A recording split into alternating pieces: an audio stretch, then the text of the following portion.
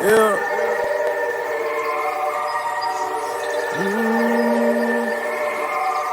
That Mac Miller vibe. Let's go. I wake up with the intent to make today my bitch, and I don't need it. You talking, so just shut your lips. Cause I'ma make it. Yeah, I'ma make it. I'ma make it. I'ma make it. Lord have mercy, I'ma make it. Yeah, I hear the haters talking, but I don't ever listen. Keep 100 yards on distance. If you always steady bitching, don't need negativity around me. I've already risen past the bullshit animosity, and now I'm thinking different. Look, I don't know why you've been thinking broke, cause when you limit yourself, then you never know what your potential is or your room for growth. Use your brain, stop being a hoe. Sick of people acting so basic. Sick of brainless racist faces, always with the hatred. Guess it's never changing. What is this, the Matrix? This is why I'm blazing. This is how I face it, bitch. Wait, what? What am I doing? Created a movement, won't ruin what you are pursuing. But I wake up every morning, never yawning, cause I wake up with the intent to make today my bitch, and I don't need it. You talking, so just shut your lips. Cause I'ma make it. Yeah, I'ma make it. I'ma make it. I'ma make it. Lord have mercy, I'ma make it. I wake up with the intent to make today my bitch, and I don't need it. You talking, so just shut your lips. I'ma make it. Yeah, I'ma make it. I'ma make it. I'ma make it. Lord have mercy, I'ma make it. This shit is crazy, right?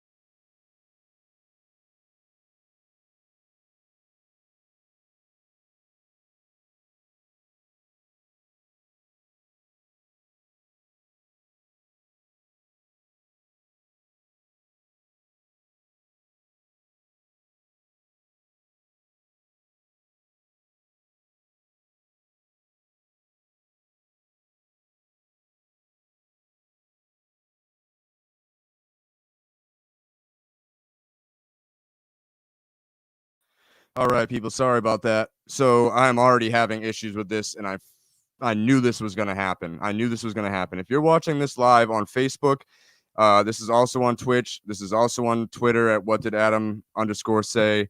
This is also on YouTube. I have a feeling Facebook's going to pull this. They've already made it so I couldn't share it to groups. They just made it so I couldn't share it to my pages. I'm already pretty fucking pissed off. So, all right, here we go. I'm here today with a very, very, very heavy heart. As everybody knows by now, man, the police are out of control. And we see this time and time and time and time again. And I'm really just sick of it. This last example of Big Floyd being murdered at the hands of Derek Chauvin, and there having to be an investigation, is just sickening. It really is. And I'm really just sick of seeing this happen over and over and over and over every single year, multiple times a year. I'm just sick of it. I'm now drawing a line in the sand. If you are in my life and you're racist at all, either get on our side or go the fuck away. I'm sorry. This is the way it has to be now. This has come too far. This has come way too far.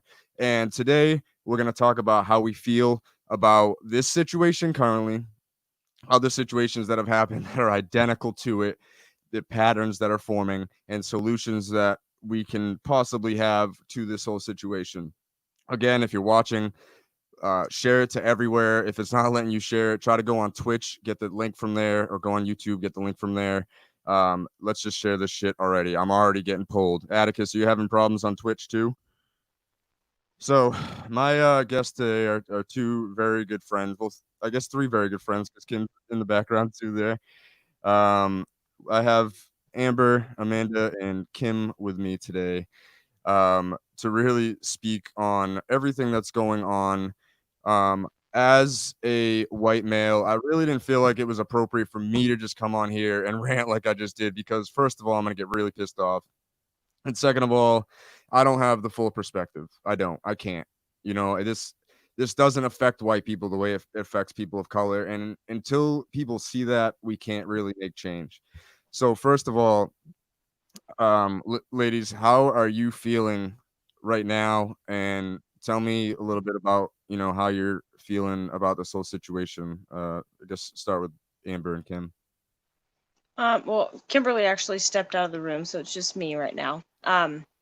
You know, like I was telling you earlier, Adam, growing up being biracial, I pretty much grew up in a predominantly white household, with my mother in Nebraska. I didn't get really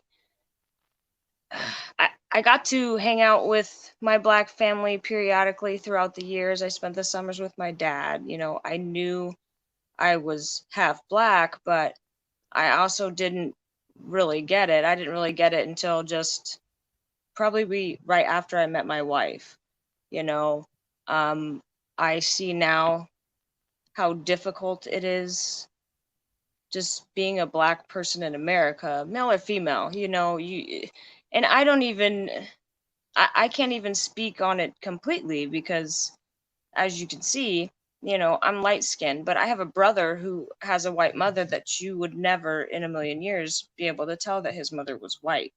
I have a black father. I have black brother in laws. I have a black father in law. I have a black mother in law.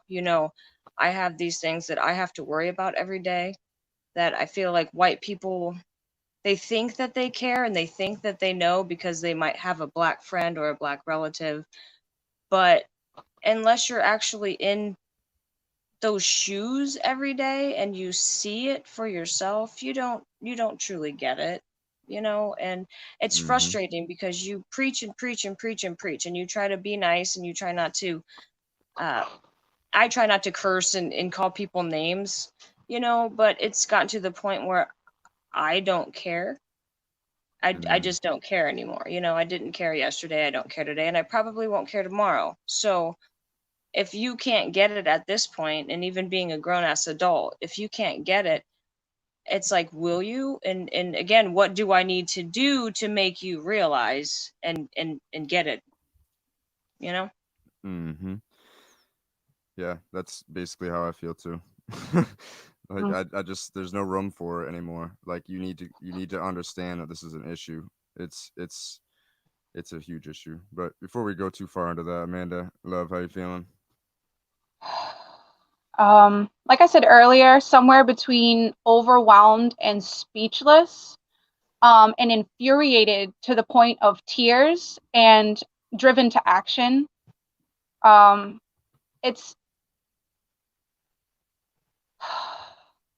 in terms of where I stand, obviously, light-skinned person. I'm multiracial myself, and um, I've become more aware because of this Black Lives Matter movement and being in a community with all types of races, being in a tight-knit community. Those are my people. So even though we look differently, if we're a body of people, if members of your hurt or are treated wrong, or it hurts you just the same, right?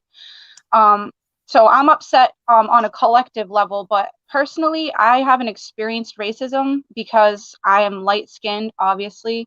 But actually, I had the chance to talk with my dad yesterday. He's Cuban, Portuguese, and he's actually Haitian born. Um, and so he's light skinned as well. So I never, when we grew up in my home, my mom's white and he's light skinned. We never talked about race. But I knew the labels of the nationalities that I was, but I didn't understand systemically how there was this disadvantage for those racial minority groups. But as I'm becoming aware of how that works, as I'm witnessing these injustices, as I'm witnessing my brothers and sisters having experiences that I don't have, I'm becoming more aware of my privilege. Hmm. Um, but yesterday, he actually, for the first time, explained to me how growing up, he was in a predominantly white community and he was the racial minority and what that felt like for him.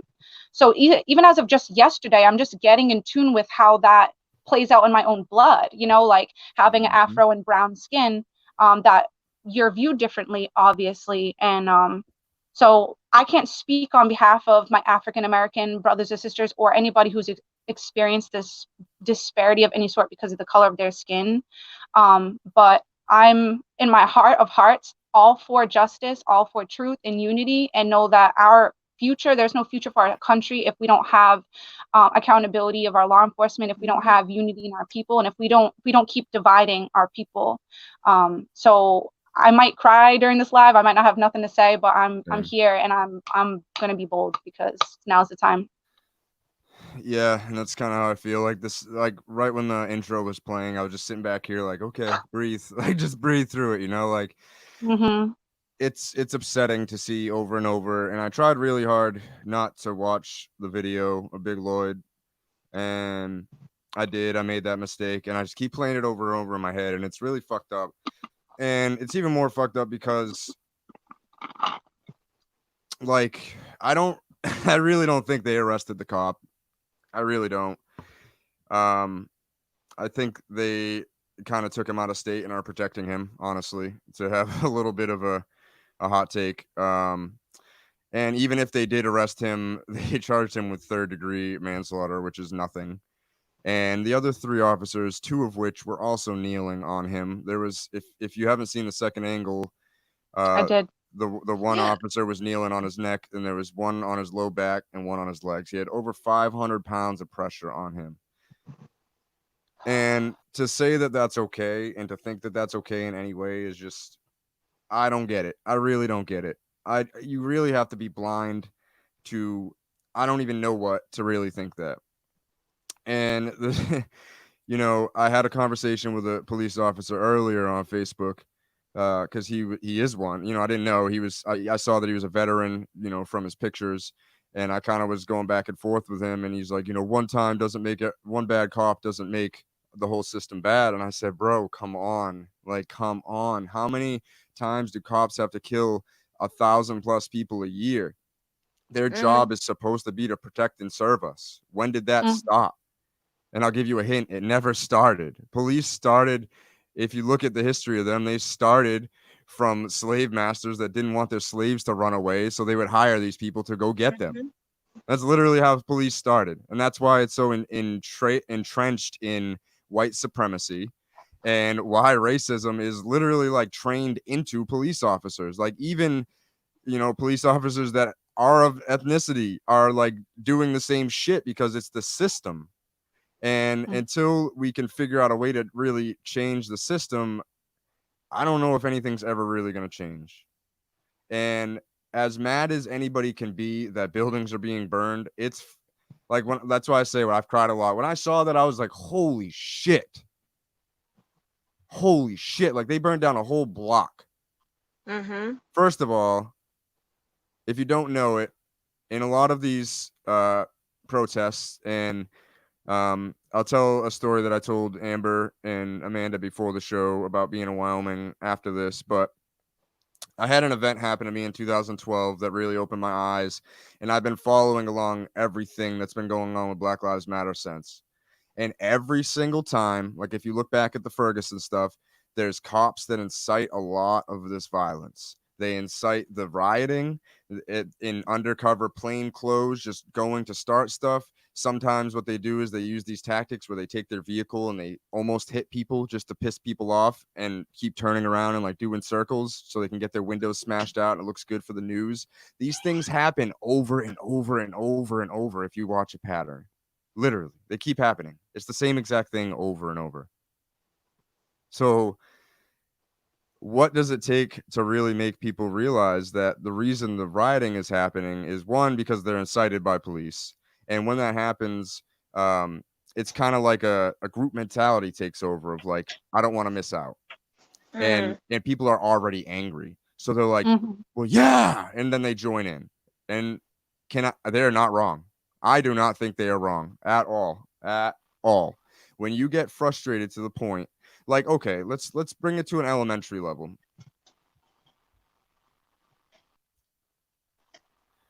Let's bring it to an elementary level, right? So you have a kid, and your kid goes to school, and your kid gets bullied, and your kid tells the teacher, and the teacher does nothing.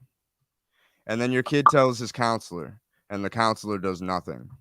And then the kid tells the principal, and the principal does nothing. And then the kid tells his dad, and his dad tells him to stop being a pussy. And then the kid tells his mom, and she does nothing. And then the kid goes to school and beats the fuck out of the bully and gets in trouble for it. That is exactly what's happening right now. I mean, yeah. Pretty much. And I don't like I will never understand how people are on the side of the police in this. And one thing I will also never understand, I want to believe there's good police out there, I really do. But I have never in my years of watching all of these videos ever seen a cop switch sides. I feel like that's a go-to with some particular white people too, is posting videos constantly of police who are backing it. And I'm not saying personally that I think that there aren't good police, but if they're not policing their counterparts, which is what they need to be doing. They need to be correcting each other, and they can sit there and let this kind of stuff happen. They're going to continue to let it happen. It's not going to stop. And until somebody tells them to tell them to stop. And come on. It's just fucking old. That's it. It's just old. At this point, it's old. It's been going on for too long, for too many generations at that. This systemic racism, it literally, you could go on all day about it, but people don't want to research. People don't want to learn. People don't want to be educated. And when it is thrown in their face, they still can't see. They only want to see what they want to see. It's like they walk around with these blinders on and turn their heads and look at what they want to see when they want to see it. And it's just ridiculous. And to try to have family members that you have to not necessarily combat with that, but try to educate in a sense of, I might not be blatantly telling you, but I'm telling you and you still don't get it. I don't know. At some point it becomes a point where you have to rebel. It's not about protesting peacefully, because that's not always been the case in a lot of situations in the past. So why would you expect me to act any different? And what is it that you want me to do? Like I had said on Facebook earlier, do you would just want us to sit down and shut up and do what you want us to do? But we can't even do that, right? Whatever it is that you want us to do. So here we are. We are where we are because of everything that's led up to this point. Yep. And you can't be surprised, And that's one of the saddest statements when it comes to people that are supposed to protect and serve us. You can't be surprised. Like, how messed up is that, right? So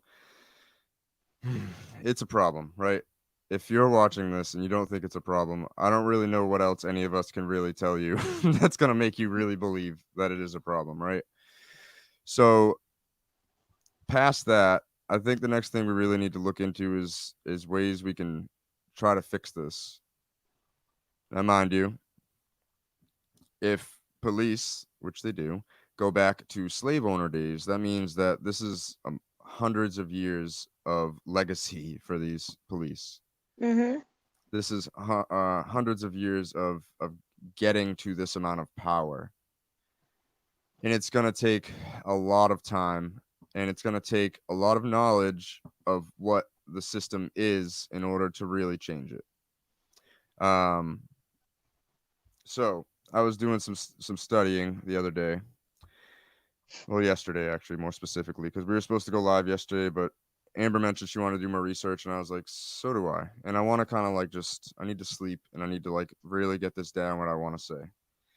So one of the things I was watching is one of Sean King's videos, and he was breaking down how the police isn't just one system. It's basically 30,000 different systems. So each police department has their own system that's a part of a bigger system. So you need to change every single one of them in order to make a bigger change. So each breadcrumb change of the 30,000, one out of 30,000 makes a change. So this is basically what it boils down to in that 30,000 different systems. And it's some of these numbers are mind-blowing and actually kind of scary. There's over 1,700 state prisons. There's over 100 federals. There's about 1,800 juvenile prisons. 3,200 local jails, 80 what they call Indian country jails, and then 100 military prisons. So that's in total 7,000 jails and prisons.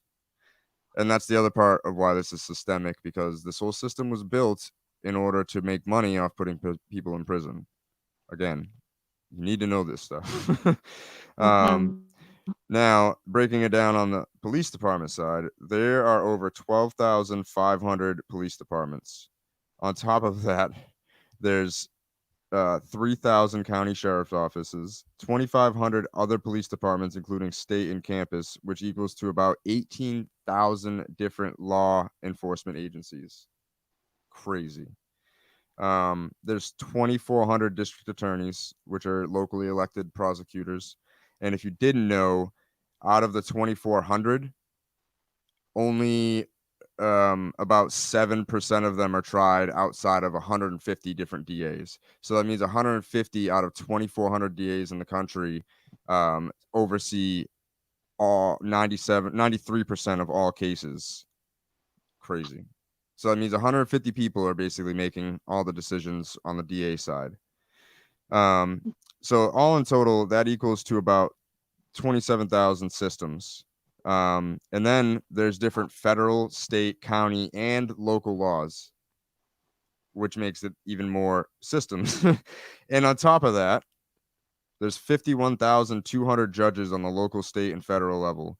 And each judge is allowed to interpret policies and laws in their own way, and they all have different ways of bringing that law down upon people.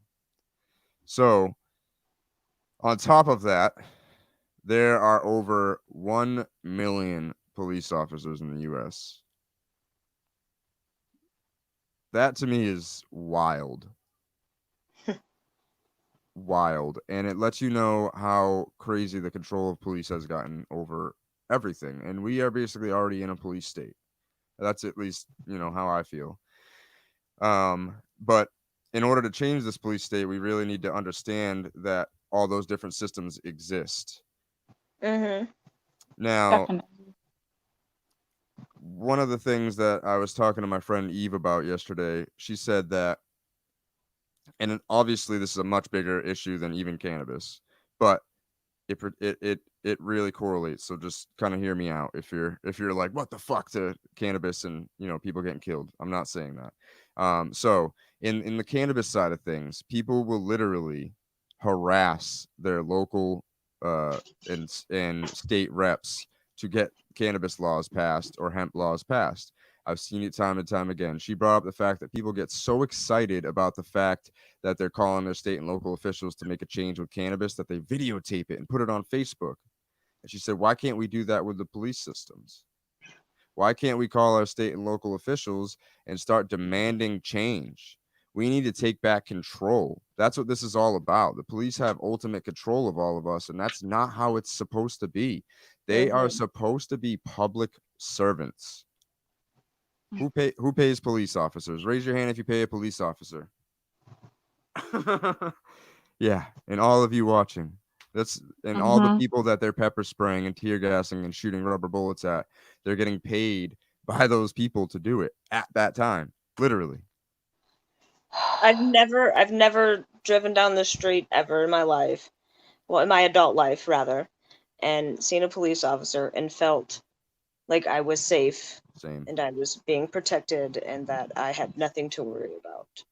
It's instant anxiety, and I don't care who you are, like, even if you're not doing anything illegal, like, especially if you're black and there's a cop around, that's an instant stressor.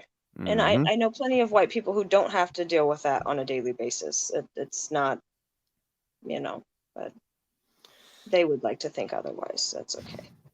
Yeah. I'd like to even add on that note, I've never considered carrying or owning a gun, but the way that things are going right now, I'm not worried about looters and civilians threatening me. I feel like the law enforcement themselves are a threat to me. Like, it's terrifying. It's the people that are supposed to serve and protect us are a threat to us when we're standing up for justice that they're supposed to be defending. Mhm. Mm-hmm. It doesn't make sense. It's like I can't even wrap my head around it. I Because it doesn't make sense. So I don't know. I don't know. It's hard to put words around sometimes. Like, there's just been so many moments of just like, my fiance has asked me a few times, like, what happens next? And I said, I don't know. I don't know. That's probably the scariest part of all this is I don't know. We don't know how much longer this has to keep going on for it to end. And I was listening to Joe Budden's podcast today, like I do every single week. I'm like addicted to that podcast, and he mentioned, he thought in his lifetime he would see the end of racism, and he's 42, and he's like, I don't think my son's gonna see the end of racism. Nope. That is heartbreaking. Like, I don't know. Sorry. Don't be sorry. This should bring out emotions because it's like I can't even I can't. It should though. It really should.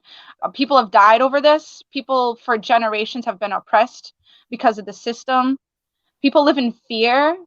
Like she said, if you're African American male and there's a cop present, there's this automatic psychological response. Like you have to, whether you hold fear or not, you have to be aware that you might be confronted because of your skin color.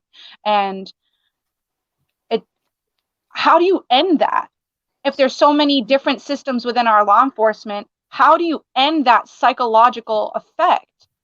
Mm. Like, Yeah. You know, like I have an example. So my brother-in-law was recently pulled over. He had a white child in his car. It was his aunt's foster child. And he got the cops called on him because somebody thought that he was kidnapping this child. Okay.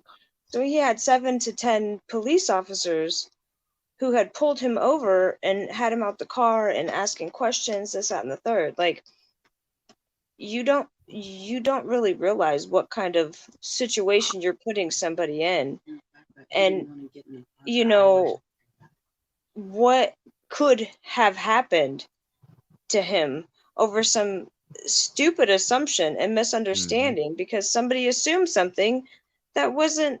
It's just, and that happens every day. That just happened the other day. So Yep. this kind of stuff happens every day. And like I said before, like, I will never understand ever in my life what it feels like, Mm-hmm. to be my wife or to be, family members. But I'm also not going to pretend like this shit isn't real and that people aren't really affected on a day-to-day basis.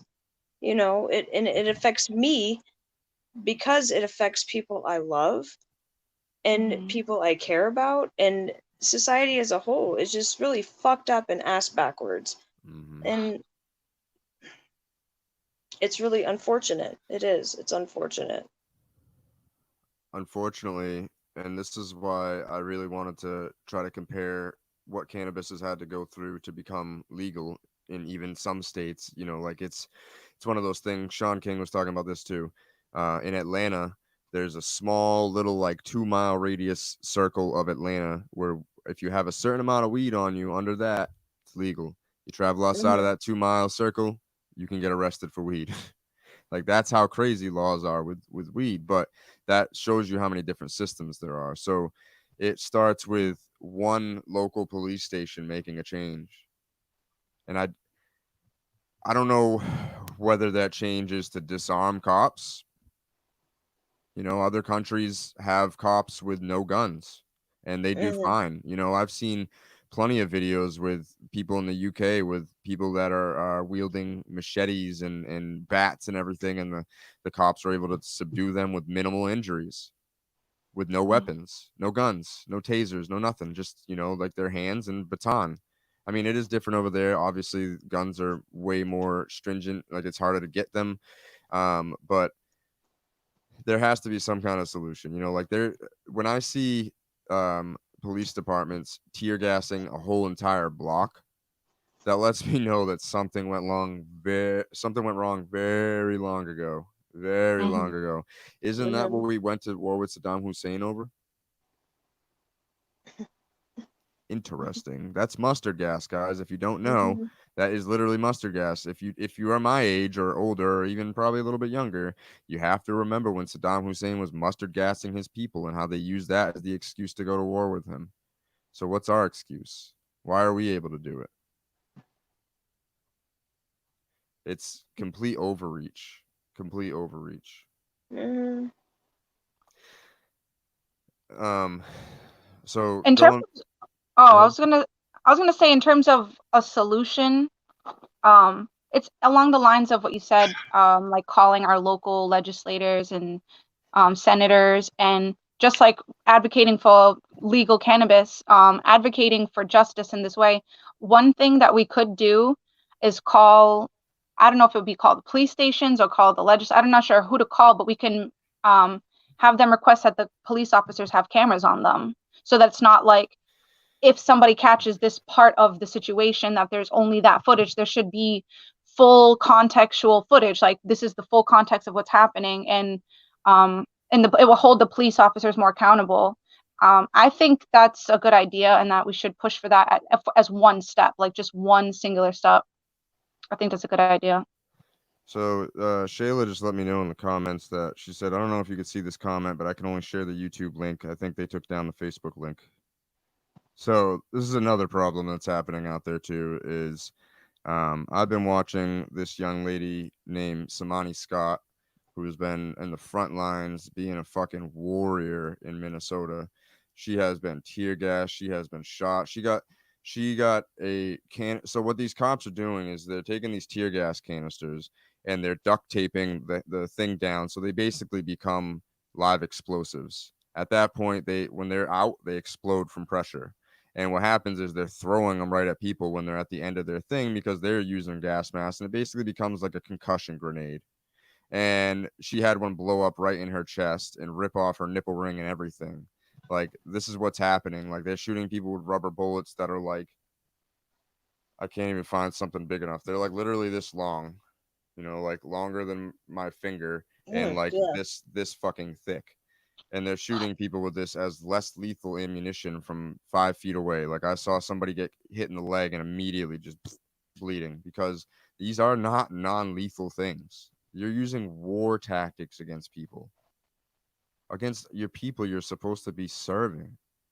Like, you are a servant to us. You are a public servant to the people, or you're supposed to be.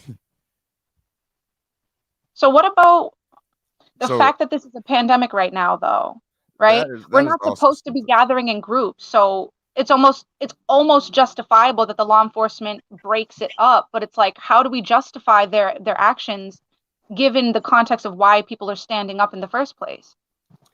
Yeah, I mean, the pandemic seems to be trickling off, and we've curved out. We've like slowed the curve and whatnot. And there's a lot of false reports, like Florida opened, and a day later they were saying it spiked. It doesn't spike that fast. Like, you just don't know. It takes 7 to 14 days for it to incubate in your body. So um, that's a whole different thing too. And the fact that they're using tear gas on people and making people cough and sneeze all over each other, you know, could be a Right. little bit of biological warfare going on there.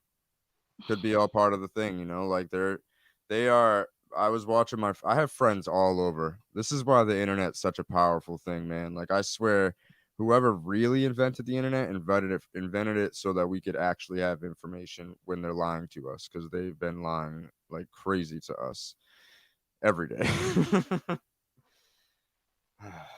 Fuck. Just so sickening. So you were saying, who do you call? So Yeah. what you do is you call, you look up, I live in Taunton. This is probably, I mean, whatever. That's already public information. They know this. I live in Taunton, Massachusetts. So what I do is I look up Taunton, Massachusetts, representative, and Hmm. I see that it's, Senator Pacheco and Representative Haddad, and I think there's one more as well. It's public knowledge. It's really, really easy really easy to do. And the reason Mhm. I say you can call these people is because we have about hemp stuff. Like over these past this year or so, we've been fighting to try to get more rights for hemp. And the way we've done it is by I literally put out videos saying to call these people and harass them to let us grow hemp. This is how you make change. So Mm. Mhm. this is what you need to do. You need to look up wherever you live in the US, New Bedford, freaking Los Angeles, like look up your local and state representative. So look up your Los Angeles, California local representative, Los Angeles, California state representative. Those are the only two searches you need to make. It will literally pull up links, and under that link it will list all your representatives. It's super easy, it's not complicated, and if you're watching and you need help, I will gladly help you find this information. But the thing is like, what do we say to them? What is this? What do we do? Like, what is the actual solution? Like you said body cams, Amanda. So a lot of police departments have already put body cams and dash cams in, and police are, they will figure out a way around it. One of the ways they get rid of the dash cam is when they pull over, they pop their hood and they open their hood. No more dash cam. There was actually just a young man here who was asleep on the freeway.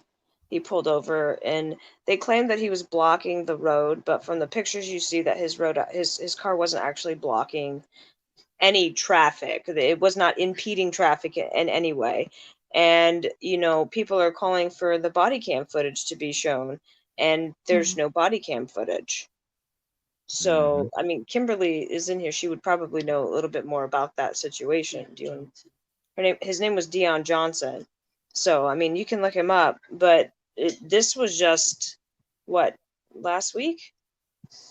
A week and a half ago, maybe 2 weeks, but I don't even think it was that long ago. But nobody's heard about that, and Did it he get happened arrested? here. No, he got shot and killed. He was asleep, and there was an I didn't apparent even hear struggle. about that. There was an apparent struggle in the car, and he was shot and killed by the cops. And now Hmm. Oh my the God. police just called another officer to pull his body out the car. Yeah. And I guess another officer was called, and they pulled his body out of the car. But there's no body cam. These officers can have body cams and do whatever they want, and not. It's like it doesn't matter. And just one example is the black officer. I don't know if you guys remember, he had accidentally shot a white Australian woman who had like dual citizenship from here in Australia. Well, he got what, like 12 and a half, 13 years in prison. Hmm. And that was something that happened right away. Yep. And you have these instances with Mhm. these white officers who kill these unarmed black men day in and day out, and women, and they Mhm. don't get anything but a slap on the wrist. They get paid vacation. They get, to stay home, and they get to continue living. And it's just, again, it's ridiculous. It's And ridiculous, the and it's thing old. is, police are allowed to do it over and over and over and over and over Exactly, and over. So let me with no repercussion. find this tidbit here. It's So I found infuriating. I found some information. So first of all, I paid and did a background check on the officer that murdered people. I also did an arrest record on him, and there's no arrest that shows up. So that's kind of weird. Wow. Adam, if you want to link me that in the private chat, I'll put it up on the screen. What's that? The YouTube? The tidbit of the information that you have. Oh, I'm trying to find the I had the picture on my phone. I don't know where it went now.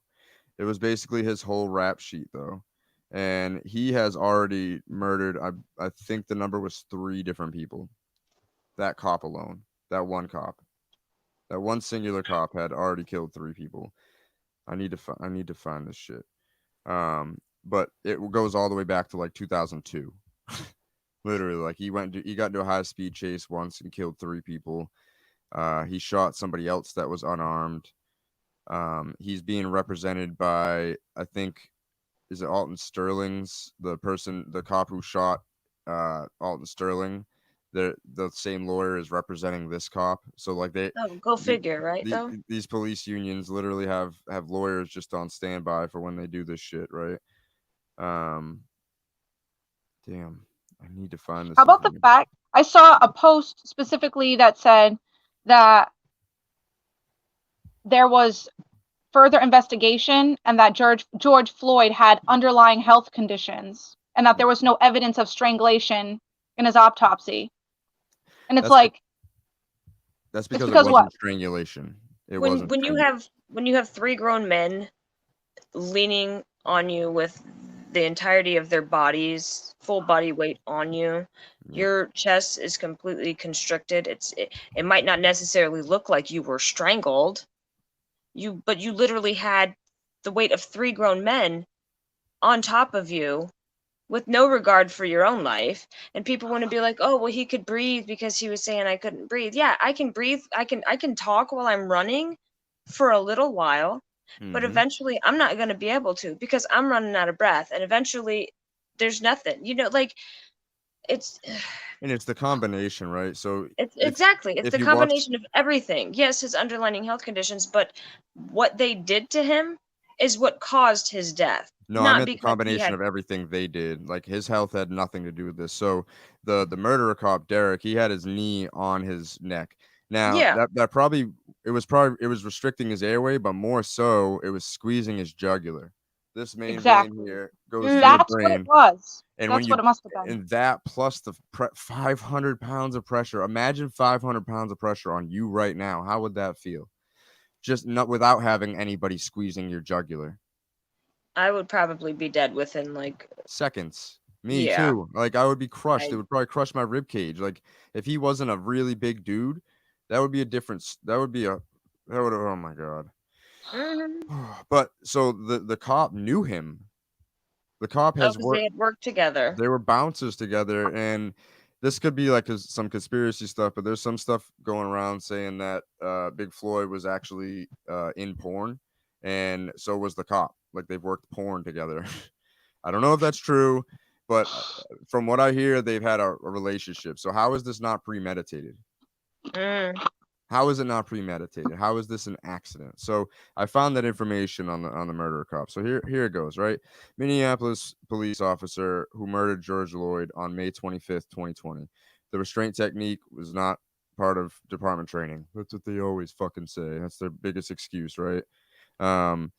Being represented by Tom Kelly, the same attorney who got Officer Geronimo Yanez, so he murdered Philando Castile. He got him acquitted. Wow, would you look at that? Derek Chauvin, the murderer Minnesota cop, was put on leave in 2011 for an inappropriate police shooting of Alaskan Native American Leroy Martinez. Chauvin also shot Ira Latrell Tolles, an unarmed 21-year-old black man, in 2008. Chauvin was one of the officers who murdered Wayne Reyes, a Latino man with 16 bullets forced into him. A total of 42 rounds were shot off. 42 rounds were shot off by this cop. And this was in the early 2000s. Chauvin and another officer were chasing a car in 2005, causing the death of 3 people, including, according to Communities United Against Police Brutality.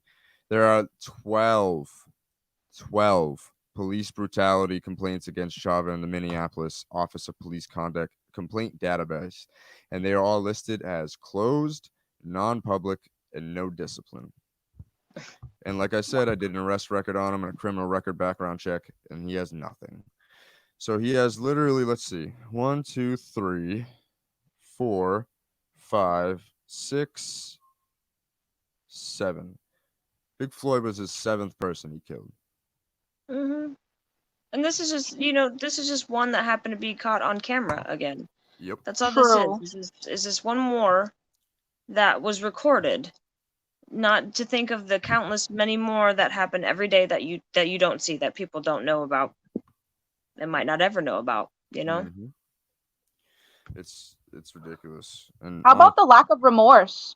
Can we talk about that for just a second? The lack of remorse, like anybody who didn't have intentions of killing and somebody who's already detained and being held down by 3 people, you'd think as a public service servant that they would let up, they would have some regard. Like that's what's most upsetting. Like there's plenty of aspects of upsetting, but it's like, where's the humanity in that? Where's the justice in that? It's like, that's what gets me so upset, is like, It's like, it's almost like he knew that he would get away with it. Mm-hmm. Like the look on 'Cause his face said that. He's gotten away with it before, so in his mind, why wouldn't he get away with it? Mm-hmm. That's Just It's commented and another said, day at the office for him. literally, and that's how it is for them. And it's just they get paid leave and go on vacation. Like from what I heard, because again, I've been watching live video after live video before they get deleted. There's so many that get deleted, but guess what? You can't stop us from seeing them all. You cannot. And I've screen recorded a few of them. So suck it.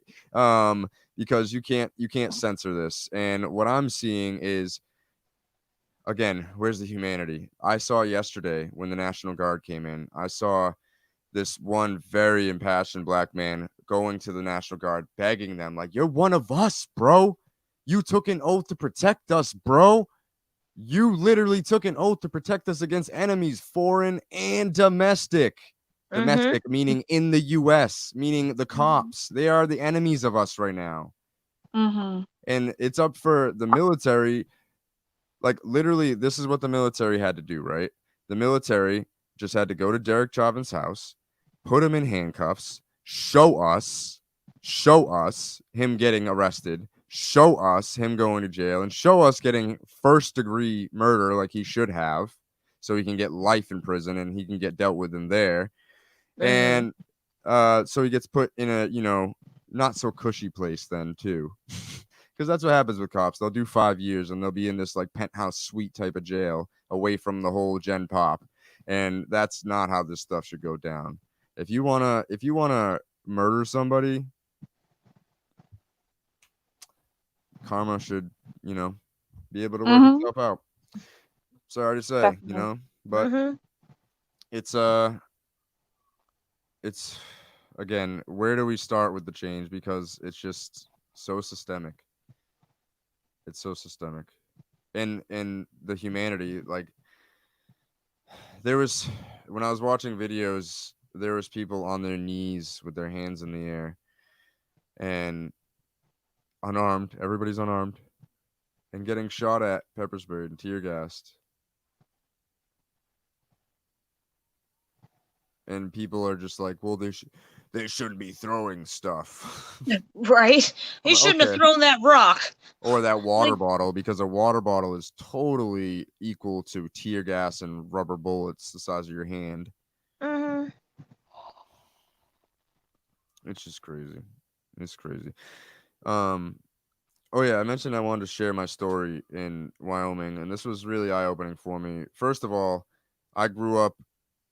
I don't know why a lot of people don't know this about me, because I've definitely mentioned it. Maybe it's just something that skims their head, but I grew up in Native American culture.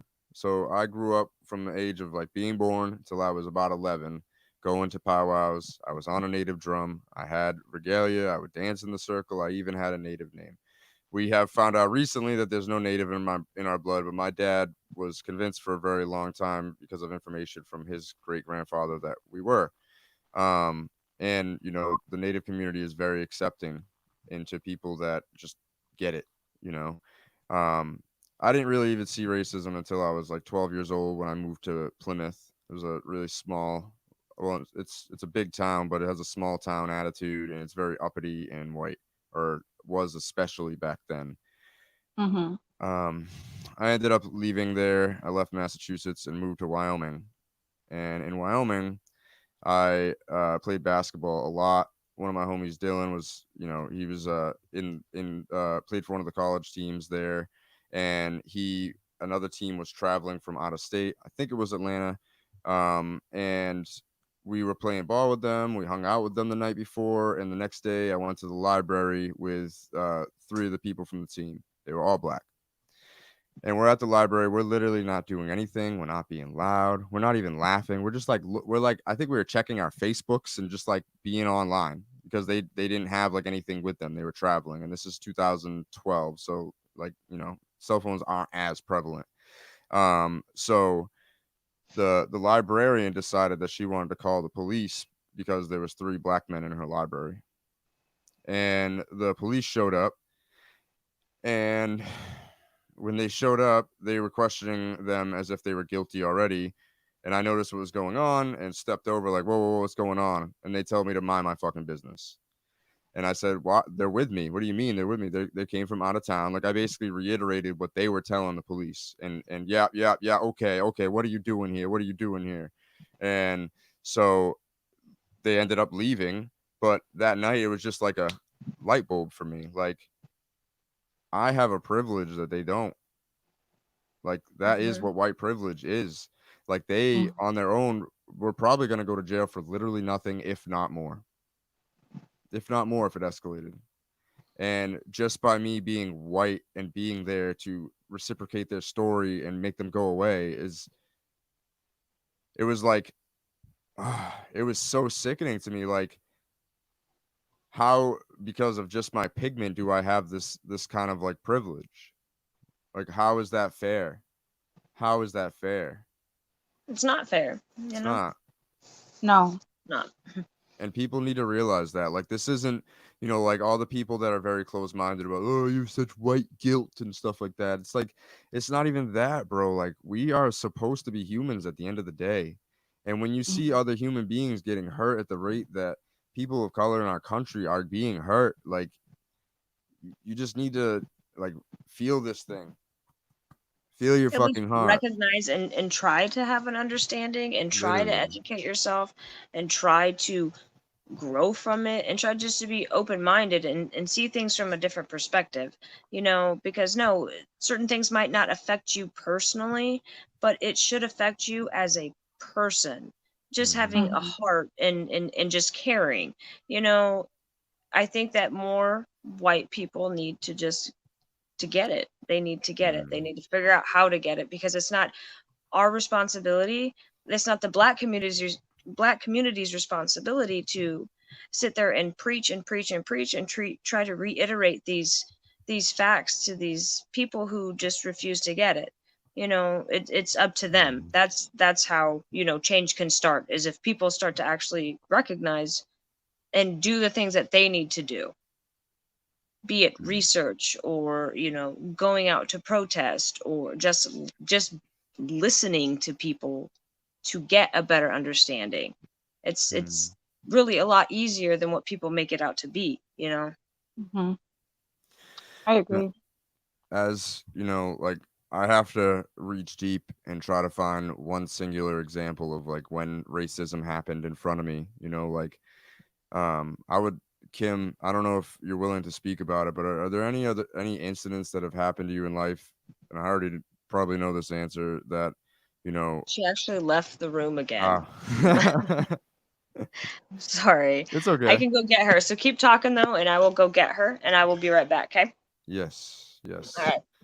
Because that was part of the reason I was just like, this isn't, I am not black, so I can never feel what a black person feels, ever, ever, ever, ever, ever. No matter how much of an empath I am and how much it hurts me and makes me sad. That's what makes me even more sad about it, is because I still don't get it fully.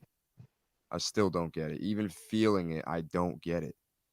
And I don't know how people just don't have that point of view of just listen to everybody, listen to what these people are saying. Like when hundreds and thousands of black people can tell you stories of when they're uncomfortable. I've heard stories from our friends of, they're going into a room and it's all white people and they're looking for anybody of color to, like, okay, cool, let me like go to them, because just to feel safe, just to feel like they fit in. And then I've had friends that are like, I don't know if, like, when I'm hanging around white people, I don't know if I'm being too loud. Like, I feel different. Like, and I'm searching for the safe point. And us as white people never have to feel that way. And that's why I really wanted to, try to get a perspective that was more appropriate than mine for how black people are misjudged and mistreated.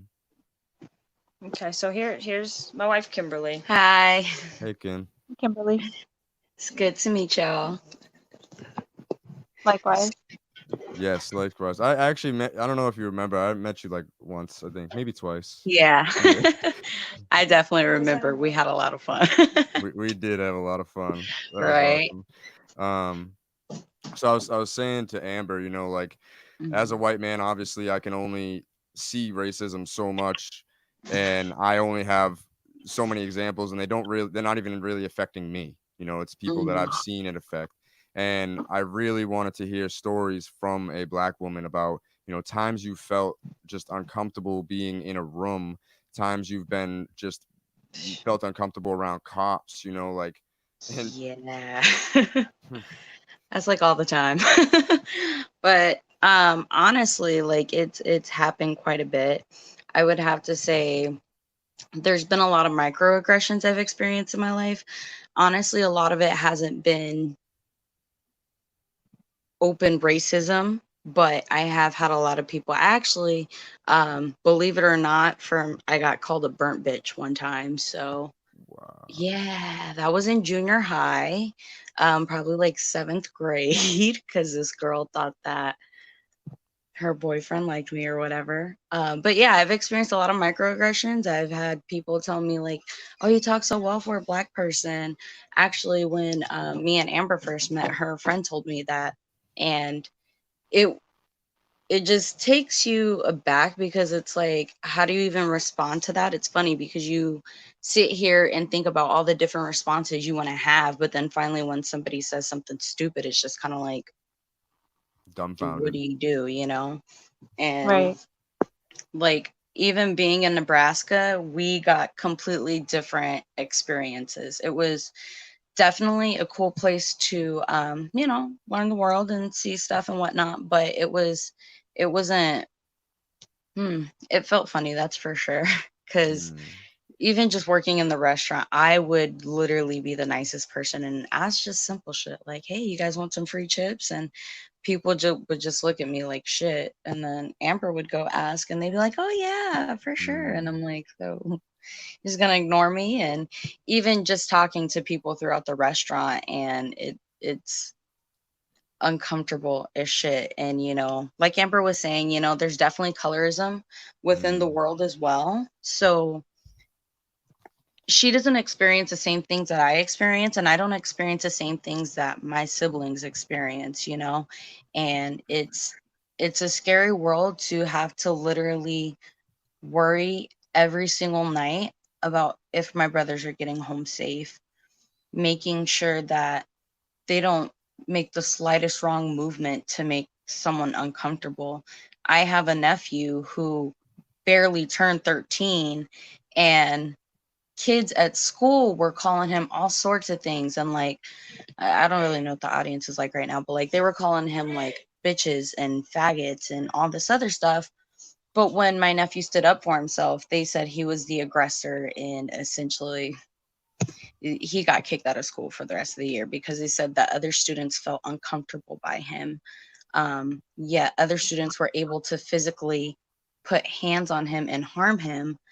It's just, it's it's a lot, and there's so many things that it's hard to deal with because you're automatically seen as the aggressor no matter what you do. You can be Mm. trying to have the most gentle conversation with somebody, and they automatically think that you have an attitude, or you're upset about something, or you're trying to argue, and it's not always the case. And it's difficult, honestly. Like my mind is all over the place right now with just all the current events happening, Yeah. and I can talk about it all day, but it's a lot, even stemming from elementary, and the way I got treated then, and even till now. Like growing up in Arizona, you have this. Okay, put it this way: my grandma grew up in Mississippi. She used to tell me all the time about the whole Emmett Till and how his body was taken through the town, and I used to just be like, okay, whatever, grandma. Like I have Mm. white friends, like nobody's really tripping about racism anymore. And then just over time, just hearing friends say like little, again, microaggressions and just dumb stuff like, oh yeah, and a nigger is just an ignorant person, and like you shouldn't be offended Mm. by that because I don't see you as Black anyways. And it's like, but I am Black. What is that supposed to mean? So, yeah, I'm just rambling, but that's basically. No, that's exactly what I wanted people to hear, because I don't think people get how often it happens. Like, Hmm. as a white person, I see fellow white people that are just, they were brainwashed to be away, and they just never Mhm. fucking saw past it. Like, how do you, like, you Mhm. don't see how what you're saying is affecting people? Like, how do you not see that it hurts them? How do you not just be a human at the end of the day? Like, Exactly. words words are words, but like when we were talking earlier, I don't know if you were sitting in when we were talking about how, police started Mhm. with slave masters who, when slaves would run away, they'd send these people after them. That's how police started. So like Mhm. obviously they're going to be inherently racist because that's how they started. Exactly. So Mhm. it's like we were talking about different solutions that we need to make. And Mhm. do you have any kind of any thoughts or ideas on like what kind of solutions can we make to make even small changes that can eventually lead to something that is a the change we need? Yeah. Honestly, I feel like, and I mean this in honest, I don't want to cry when I say this, but I mean this in the most respectful way possible. But Black people literally get so tired of having to explain our situation and how we can make changes. The only thing I can really say is just like talk to your friends and family, try to Mhm. have those open discussions and, because we can only do so much. Some people will automatically shut me out because of who I am, so trust me, it's even with people I know. They get so offended when I say something like white people, and I'm like, that is literally not bad compared to what Yeah, you've been saying, but just have those conversations with your peers and your family, and continue to have that dialogue even if it's uncomfortable. That's what we need to do. It's not going to happen just by it's I had a conversation with someone earlier, and I was just talking about how, like, literally, it's, yes, police killing Black people is a major thing, but just on the subject of racism, you have things like Flint, Michigan, you have the housing situations, education, things like that, and just having Mhm. these conversations with people and just being open, and I mhm, feel like that's one of the main things, is just keep talking about it. I agree, and that's literally what I've been Definitely. doing since that Wyoming event. I was telling Kim that, I'm telling Kim, I was telling Amber that, like I've lost friends, a lot of white friends over Mhm. the past 8 to 10 years of just posting about this and the real side of it. Like, Mm. wait, what do you, huh? Like, wait, I this doesn't make appreciate you. sense. Like, and at this Yeah. point, it's just like now in my life, I have a platform and I have to use it for Mhm. something bigger than me. And like tomorrow, we're all going up to Boston to protest and stuff. And Mhm. there's even disgusting things going on with that. Like if you Mhm. look on Facebook, the event that's created for where everybody's supposed to be meeting for this, it's supposed to be a Black Lives Rally march, and Yeah, I heard um about the that. the Boston Black Lives Rally page said no, this isn't us. Mhm. We're not behind this. We don't even know who's putting this on. Mhm. And so now it's like I feel like people are even more in danger because it seems like it's kind of like a honeypot situation Yeah, where definitely. they're using some kind of false thing to let people Oh get yeah, exposed to white definitely. And supremacists. yeah, that's happened several times. Even I'm pretty sure down in Texas some years ago it happened too. So it yeah, it definitely happens. I can tell you that much. I don't have the source right now, but I can say that I'm pretty sure it happened in Texas a few years ago too. Where it was some group that basically said that they're Black Lives Matter, but they just wanted to start some Hmm. stuff. But even out here in Phoenix, we've there's a rally, I think, just a couple days ago, and then I'm pretty sure there was one for Dion Johnson, like Amber was talking about earlier. I believe, what's today? I think it was last Saturday? Saturday. Yeah, so it was last night. And yeah, I'm pretty sure they're gonna keep going. So I hope, Yeah, and I appreciate everything, and just given, the opportunity to speak my experience and things like that. Mhm. yeah, and I appreciate you for doing that. I know it's probably painful to like recant different things that have Mhm. happened, and that's not my purpose of you know, I don't want to make you upset or anything, but it's like just No. it's so powerful for people to be able to hear that just don't get it. You know, like they don't understand that Mhm. that a black woman just for having black skin has to like worry about every little move she makes. And Exactly. it's, you know, I don't know if I think Amber was getting you. One of my friends yesterday told me that when she goes into a room, she checks for people of color. She's like, it's all white people. Yep. Oh, I see a Mhm. Latina right there. I'm gonna go, you know, and then you know what I mean. And I was like, what?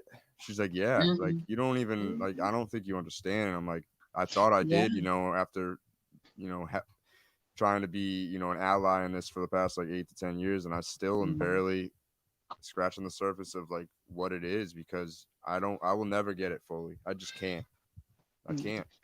I've definitely had my moments where I've been in public and I have to watch my surroundings, or at least I feel like I do. And, you know, Mm, I don't like anybody to sit behind me. I don't like, yeah, I keep my eye out, that's for sure. But, you mm, know, it's all an experience. That's what I can say. And it's definitely difficult navigating the world as a black person because you don't want to come off as that person that people make the stereotype seem out to be, you know?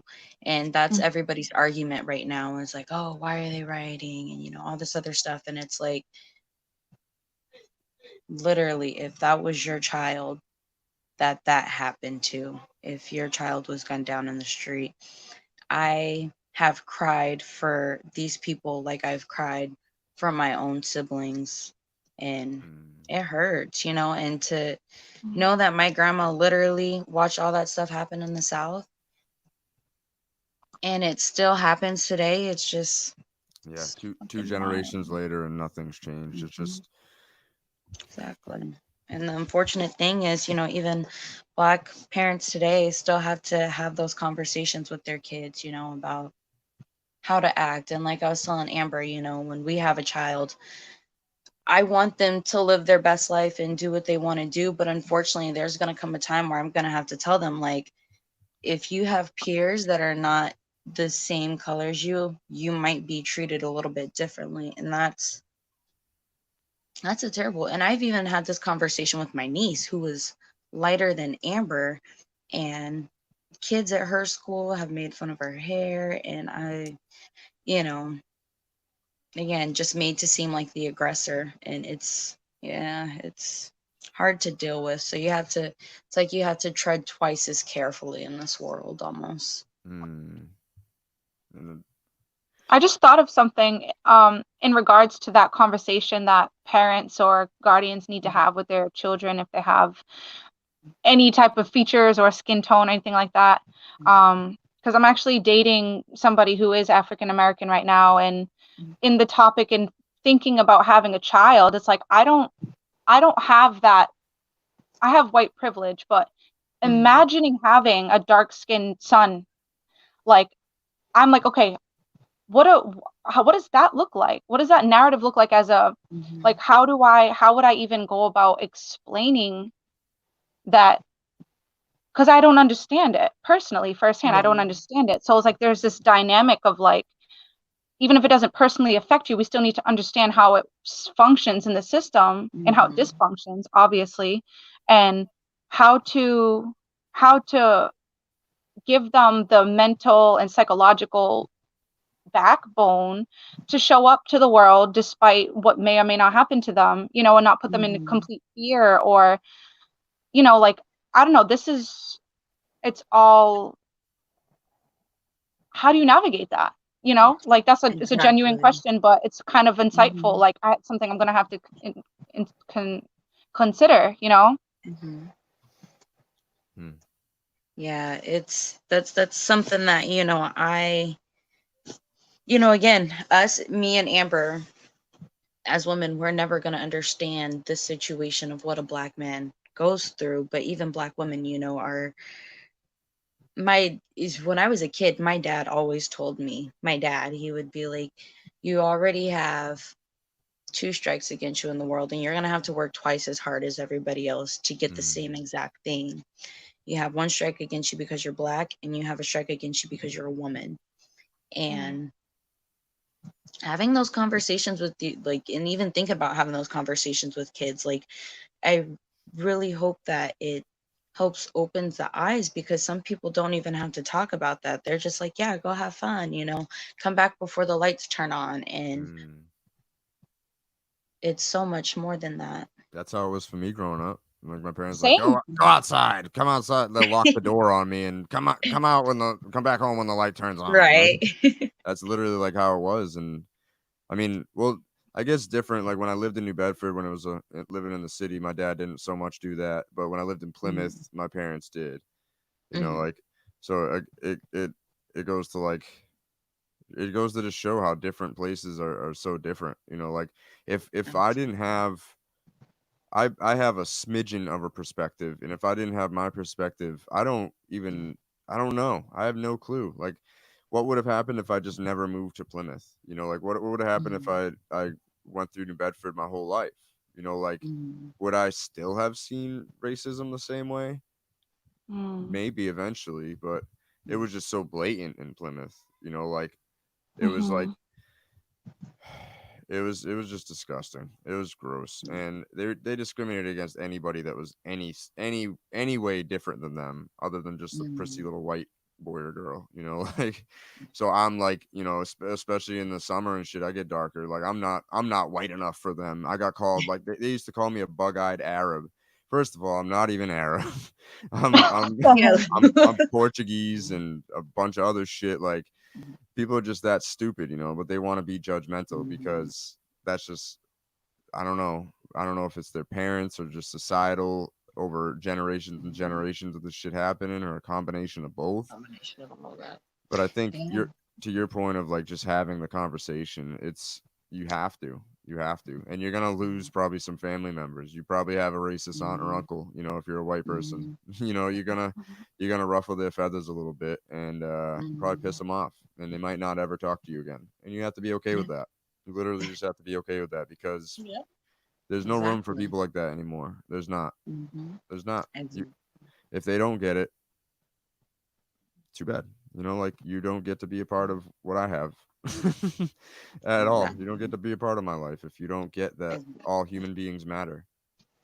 Like all of us, we all matter. Just like somebody posted up earlier, they posted a picture of statistics of like how many white people get shot and killed by cops compared to Black and Latino men. I don't think it was men. I think it was just by race. And I was like, hold on. Okay. So white people make up 70% of the country.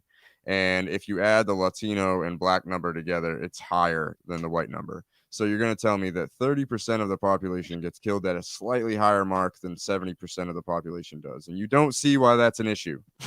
You don't see it. Like it's they try to these people try to piece together these statistics that make it seem like, oh, they kill white people more than that. And it's like, and even killing unarmed white people is like cops are supposed to protect. This is what we went back to in the beginning. The whole system is broken. Exactly. It's crazy. And then it goes even deeper than the police, because like you're saying, like we have to have these conversations about racism with people. Like, and that again, mind blown. We're in 2020. My favorite part about working in the mall, I have seen the most unique looking mixed people ever. Like I love it. Like I love seeing, like I'll see like a light skinned girl with freckles, and I'm like, ooh, like I love it. Like we're all just mixing pots, yo. Like if everybody took a DNA test, I guarantee you, even you KKK people out there, you would have African in your blood. 100%. 100%. Well, no, I know this because I did my DNA test, and it was like 1% or 2% or something like that, because we're all descendants of that. Like we all eventually need to understand. Well, I can't say we all. White people need to understand that like it's your turn. The ball is in, like you have to do something now or you're gonna get shunned. It's just how it is. Sorry. I agree with that. Yeah. And even actually what's interesting about the systemic racism, there's the law enforcement and the corruption there, but I'm thinking about, so I have a cousin, and he's dark skinned. He's German, Cuban, Portuguese. He's somewhere maybe between the complexion of you two ladies. But what's interesting about him being so brown, he lives in the South even, so it's racist in the South, obviously. He's a brown individual, and he's expresses racist attitudes towards Black people. And it's like, you're brown, So it's like, I don't understand how it's like culturally you might be different, but that's like the fact that people can't accept differences, that's its own problem. But the point why I'm bringing it up is that you'd think because he was brown skinned that he wouldn't have that attitude, but it's learned. He lives in a racist state. He's lived in the South his whole life, and so I became aware of that just now, because it's not just white people who are racist. Some people aren't, because of cultural conditioning, whatever, aren't even able to really embrace the truth of it at all, and like understand diversity. And I don't know, this conversation's eye-opening, and I appreciate everybody who's speaking right now. And I can't see any of the chats, or I don't know if anybody's speaking on the chats, but it's I'm like curious not what pulling the people are saying. comments through Facebook. It's super censoring me right now, like hardcore censoring me. Like people have been commenting. I was actually gonna read one of Shayla's comments. So she commented and said, my mom lives in Missouri. When she was moving my grandparents out there, she unknowingly went into a colored bathroom. She was washing her hands, and a mom and daughter came out and were scared. She didn't realize until later. There was also a curfew for colored people, signs posted in certain parts of town. It's so fucked up. Goes to show that racism is not dead. And if you think it is, you're blind. Wow. That's insanity. And you have these like small towns, like the town I went to high school with. I graduated with 42 kids in my class. I coincidentally was the blackest kid in school, and I didn't experience a lot, but I got called bozo because my hair was curly. There was one instance in junior high where a kid had asked the teacher, a science teacher, if Black people's bones were the same color as white people's bones. Okay, and the same kid actually our senior year trip to Washington D.C. There was a couple by the train station that were embracing or whatever, and he said, and this was at least 100 yards away. He says, "Oh, she's ugly because she's Black," and it's just like, what? And you have all these other little towns that are like that all over the country with people like that, even if it might not be blatant racism, but you have those covert racists who just will be nice to you to your face and act like they're your friend, and then they'll go talk about you behind your back and do and say how they feel. It's everywhere, and yeah, that's all. Hold on, guys. I just have to change my battery real quick. My camera just died on me.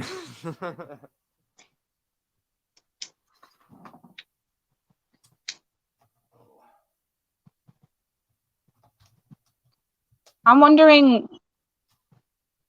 what steps can we really take? Like there's the protest tomorrow. There's actually a protest happening I don't know if it's right now, but for the past few hours in New Bedford. I'm in New Bedford right now. There's one in Philly. It's going to be right happening now, again.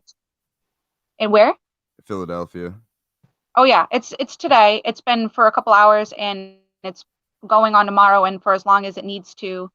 And I'm going to participate, of course. It's my city. I give a shit enough to not just be on Facebook post and stuff, but to show up with my brothers and sisters. And there's no future if there's no change, and there's no peace if there's no justice. But what can we really do? If some of these protests are kind of bait for people to start rioting, or we can riot and protest, but if nothing's changing systemically, then it's like there's got to be something, and having conversations like Amber or Kimberly, is it Kim, right? Kimberly. Yeah, what you were saying about having the conversations, talking with our peers, I think that's huge. Is just being able to dialogue and advocate But still systemically and like psychologically, there's things that I don't know, that's going to take time and Lots. action. So I don't know, I'm kind of just like fixated on like what can we really honestly do. Showing up was the first step for me, showing up and speaking. It's almost like racism is like cancer, right? So I've helped people fight cancer with cannabis oil, and this is the way I see it go when things get better with cancer. So cancer will just continue to feed and feed and feed and grow and grow and grow in your body unless you make a change. So it starts with small changes, like if you fast, you could change the pH of your body. If you change the pH of your body, the tumor has to change its pH and can shrink down a little bit. And then if you hit it with more stuff, it'll just keep shrinking. So all that to say, the biggest thing when dealing with people with cancer is when it slows down, when it stops. And that's like the first step, is to get somehow, I don't know how the fuck this can even happen, because I can't wrap my mind around how racism is still a thing, but somehow that needs to be the first thing. And like Kim said, we have to have these uncomfortable conversations with our family and friends that might be racist, like don't let don't let them be closet racist no more. Like, like I Bring it remember. up at Thanksgiving. Ruin Yeah, dinner. that's me. Mm-hmm. That's me. Trust me. Same. My fiance gets Same. so mad because I am that person that will, and I'm unapologetic about it, and people get pissed off. And sometimes I like get too fired up, and I'm not saying it the most effective way that will get through to them. But sometimes it's just like, hello, like, is anybody in there? Right. I think one other thing that's important, like as somebody with white privilege, I'm being made aware of as I'm listening to podcasts and speak and listening to people speak, especially African Americans, with their experience in ending racism as a collective in terms of allies. What allies can do, such as myself, is take an honest account into my own prejudices that I've learned or that I hold, and figure out, where did it come from? Did it come from school, from parents, neighbors, whatever? Prejudices, biases, ignorances, things that I've been ignorant of. So if any social change is going to happen, I'm sure any conscious individual who's tuned in would know it starts with the self, and then work it into your home, and then it works into the community, and everybody does their part. There will be social change. So just if somebody's listening, and you don't think you're racist, or you're white and you're like, I have black friends and black family and I love them, but we have to break the psychological effects of racism by recognizing our attitudes and our beliefs and our prejudices and our biases and all of these things, and then along with having conversations, because it's easy to point someone out and be like, you're being racist, like what the hell? But it's like, we also sometimes have these subconscious beliefs that were learned, and they might not manifest so much, but we're not helping the situation if we don't cut that shit out. And I'm speaking from my experience that I have to hold myself accountable, and I'm recognizing where I need to grow. But change doesn't happen by being perfect or immediately. We have to progress and transform as people. And so I think that's another like reasonable step to take for whoever thinks that resonates with them. And it's not impossible to grow. For example, like I said before, growing up with a white mother, in Nebraska, predominantly white state, we just had a conversation the other day, and it was something that I really needed to hear. She called me crying and apologized for trying to raise us kids to not see color. Now I have one brother that you couldn't tell any day of the week that his mother was white, and then my oldest brother is half native and white, so he is just very much white passing. Now she taught us all to not see color, okay, and that everybody's the same, and so on and so forth.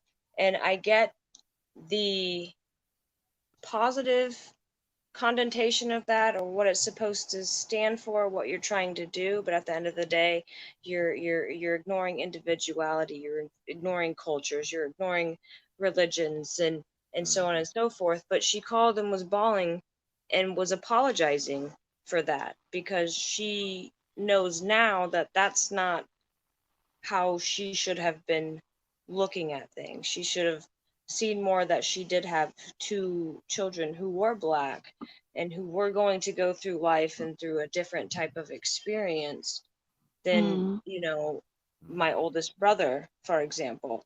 So again, that's just an example. My mom's in her 50s. It's not too late for people to learn and change. It's just that you have to be willing to, again, like we've all been saying, just have that conversation. Make people mad because they're going to get mad, and if they get mad and they don't understand, then that's on them, and they may not ever understand, but you still continue to fight, and you fight into the next day, because Mm. there's always Mhm. going to be a fight. Yeah, and I think it's important for the person that would maybe be getting the talking to just kind of be quiet and also don't take it personally. Like, listen, Mhm. like Amanda said, you have to really recognize these things. Like, whether you've had issues with like some people have issues with sexuality because they've been like molested when they were a kid and shit, like shit like that happens to people. Human beings are human beings, and they get formed by their experiences throughout life. So if Mhm. somebody has always had the experience of racism basically just being an okay thing that happens every day, and they've never seen it, then they're probably going to take it a little bit personally at first. It's important to Mhm. like think about it humbly as the person getting spoken to. There's a reason somebody's coming to you and saying this, and it's probably not the first time they've said it. So it's, listen. Somebody's trying to have that uncomfortable conversation with you. If you're the one watching, I don't know.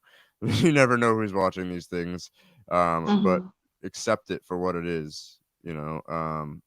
Also, going back to protests, I saw that people were talking about the protests happening. We were talking about in Philadelphia. There was one in Providence today. There's one in Boston tomorrow. There's one in South Carolina going on right now. It's powerful. People are coming together.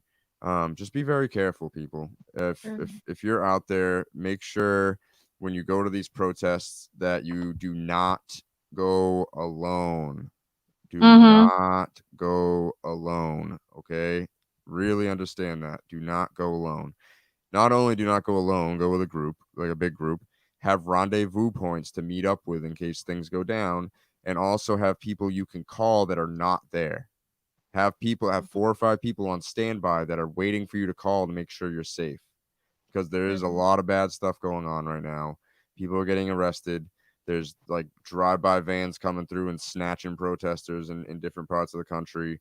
There's just a lot of nasty stuff going on. We were talking earlier about how the protest tomorrow in Boston isn't even by Black Lives Matter. They kind of denounced it. They're like, people are going to still show up and protest because my friend Chad was saying, like, I don't need somebody to tell me to fucking protest. I was going tomorrow anyways. I'm like, okay. I respect Mhm. that. And now I'm like, okay, now I need to be there even more, I feel like, because it feels nasty. It feels like something nasty is happening. And Mhm. it's important, if you're out there protesting, keep your eyes peeled, pay attention, Mhm. close, trying to incite violence, trying to incite riots, and also trying to start shit within all of these groups. Pay attention, have cameras ready, have backup phones ready, record these suspicious looking people. We need all the evidence we can to prove that the police are using military spy tactics basically on us. Mhm. So it's very important. I wanted to make sure to get that message out. Please get out there and protest if you are awake to this, like we all obviously are, and a lot of the people, everybody watching, has been in support. Please get out there. Like, it's bigger than us. It's scary as a father that something could happen to me tomorrow, but it's bigger than me. Like Amanda Mhm. was saying, like, you have to be willing to kind of die for this shit. You Mhm. Yeah. because it's There's no future without it. Without change, there's no future worth having. you know, Mhm. just think, like, if you're out there and being like, "Pff, okay, just like imagine, like, if you already are a parent, this isn't hard to imagine, but imagine you're a parent to a black man, and that black man is Big Lloyd.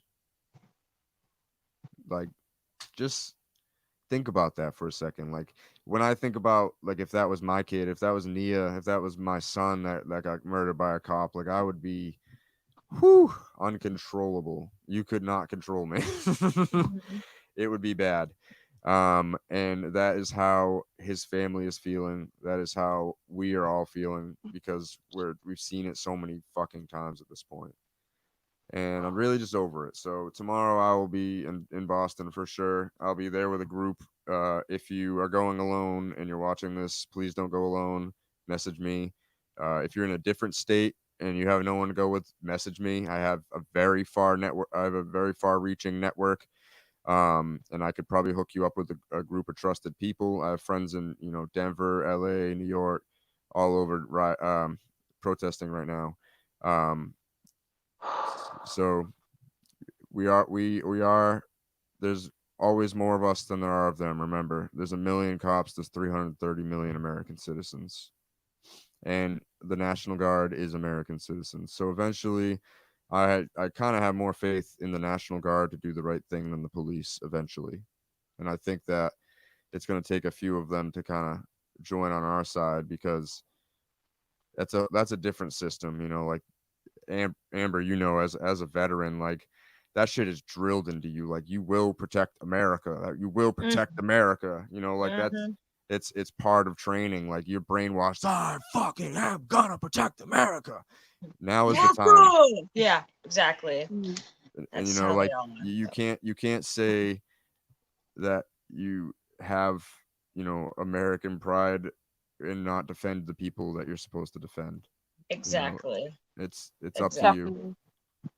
It's up to you guys. So if you're in the National Guard and you're getting called out there, try to be the change. You're probably going to get fucked up and in trouble, but again, it's going to be uncomfortable for a lot of us in order to make the changes that need to be made.